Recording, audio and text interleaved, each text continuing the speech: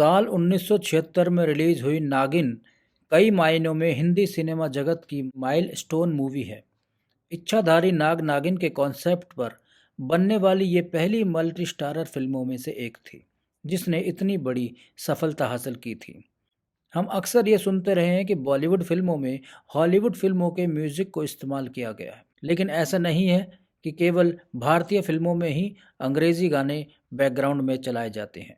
Hollywood फिल्मों में भी हमारी कई हिंदी फिल्मों के गाने बैकग्राउंड म्यूजिक के रूप में चलाए जाते हैं। ऐसी ही एक फिल्म है साल 2004 में आई eternal sunshine of the spotless mind, जिसमें नागिन फिल्म का टाइटल ट्रैक तेरे संग प्यार में नहीं छोड़ना, ये गाना उसके बैकग्राउंड में सुनाई देता है। नागिन फिल्म की कहानी लिखी थी राजेंद्र सिंह आतिश ने और इस फिल्म के डायलॉग लिखे थे इंद्र राज आनंद ने, जबकि फिल्म का स्क्रीन प्ले लिखा था चरण दास शोख और जग्गी रामपाल ने।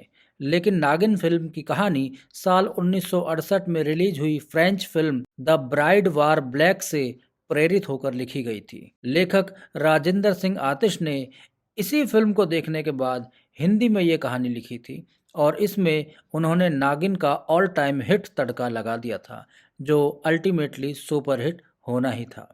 साल 1981 में राजकुमार कोहली ने नागिन फिल्म का सीक्वल बनाने की भी घोषणा की थी।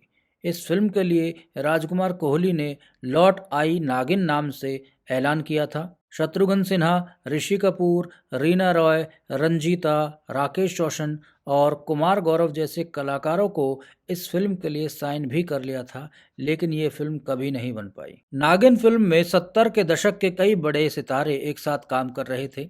उस जमाने में इतने बड़े स्टार्स को एक साथ साइन करना कोई आसान काम नहीं था, लेकिन राजकुमार कोहली ने भारी भरकम रकम खर्च करके ये कारनामा करके दिखाया था।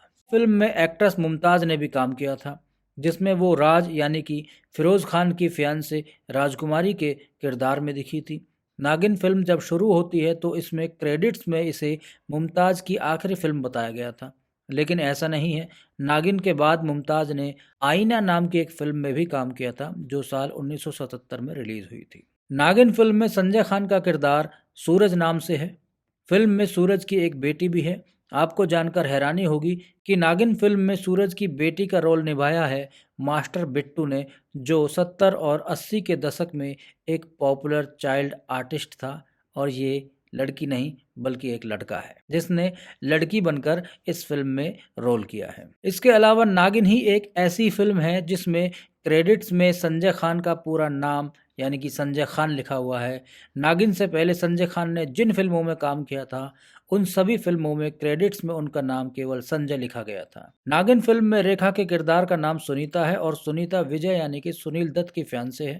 नागिन फिल्म के लिए जब पहली दफ़ा रेखा को राजकुमार कोहली ने अप्रोच किया था, उस वक्त वो रेखा को नागिन का रोल देना चाहते थे, लेकिन रेखा ने नागिन का रोल निभाने से मना कर दिया। हालांकि वो इस फिल्म में काम ज़रूर करना चाहती थी, इसलिए उन्होंने राजकुमार कोहली से सुनील दत्त की फियांसे का किरदार निभाने की बात कही। राजकुमार कोहली ने रेखा को वो किरदार दे भी दिया था। दरअसल सुनील दत्त फिल्म के लीड हीरो थे और कहानी के मुताबिक आखिर में वही जिंदा रहते हैं, इसलिए रेखा ने सुनील दत्त के अपोजिट वाला किरदार की डिमांड की। लेकिन जब नागिन रिलीज हुई तो इतनी ज़बरदस्त हिट हुई और रेखा को नागिन का रोल छोड़ने का पछतावा भी बहुत हुआ था।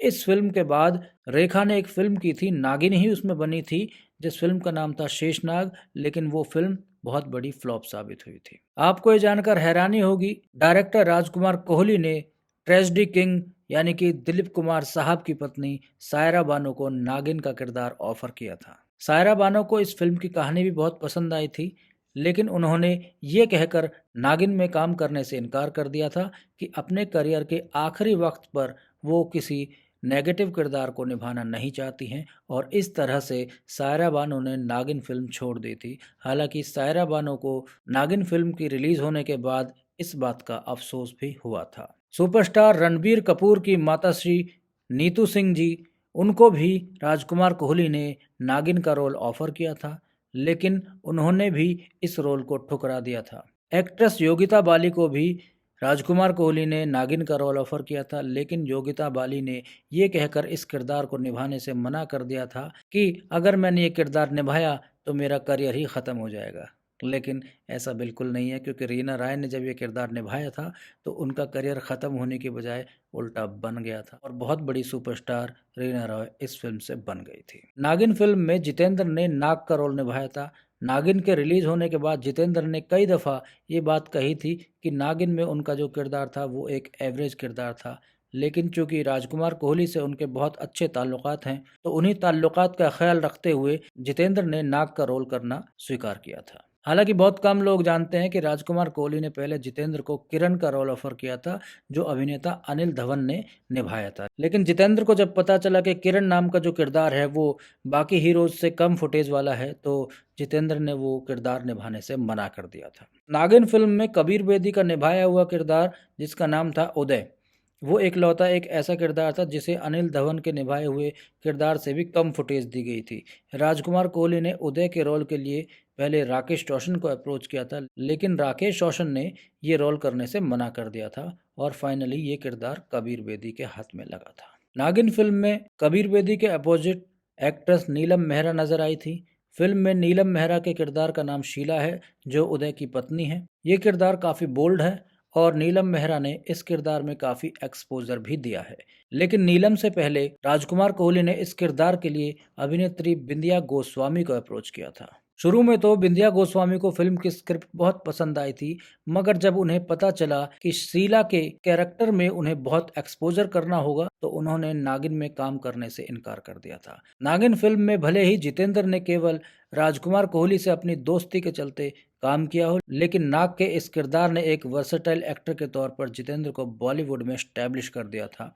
हालांकि जितेंद्र इस रोल के लिए राजकुमार कोहली की पहली पसंद नहीं थे। सबसे पहले राजकुमार कोहली ने नागिन फिल्म के नाग वाले रोल के लिए राजकुमार को साइन करने की बात कही थी।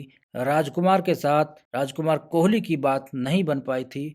उनके बाद राजकुमार कोहली ने विनोद खन्ना को भी नाग वाला रोल ऑफर किया था, लेकिन विनोद खन्ना सांपों के साथ शूटिंग नहीं करना चाहते थे, इसलिए उन्होंने भी ये रोल करने से मना कर दिया था। तब जाकर कोहली साहब ने जितेंद्र को इस रोल के लिए साइन किया था। नागिन फिल्म में सुनील दत्त ने विजय का रोल निभाया है। फिल्म में विजय ही सांपों पर रिसर्च कर रहा होता, लेकिन विजय के इस रोल के लिए सबसे पहले धर्मेंद्र को अप्रोच किया गया था। विजय के रोल के लिए राजकुमार कोहली की पहली पसंद सिर्फ धर्मेंद्र ही थे।